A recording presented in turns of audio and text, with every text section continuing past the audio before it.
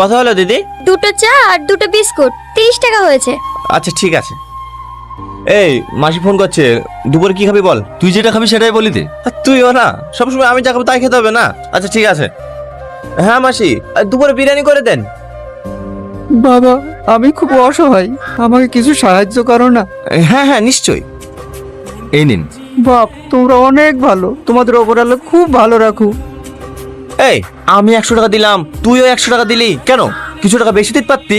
তুই শুধু আমার বন্ধু না, একটা ভাইয়ের মতো। ওকে যদি আমি কম বা বেশি টাকা দিতাম তাহলে ও কিন্তু আমাকে অন্য চোখে দেখতো। তাই আমি চাই না কি আমাদেরকে ছোট বড় করে দিক, বুঝলি?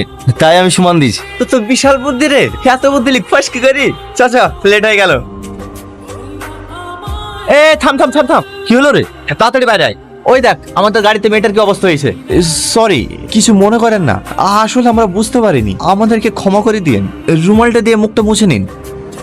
মেয়েটা কোনো রেসপন্স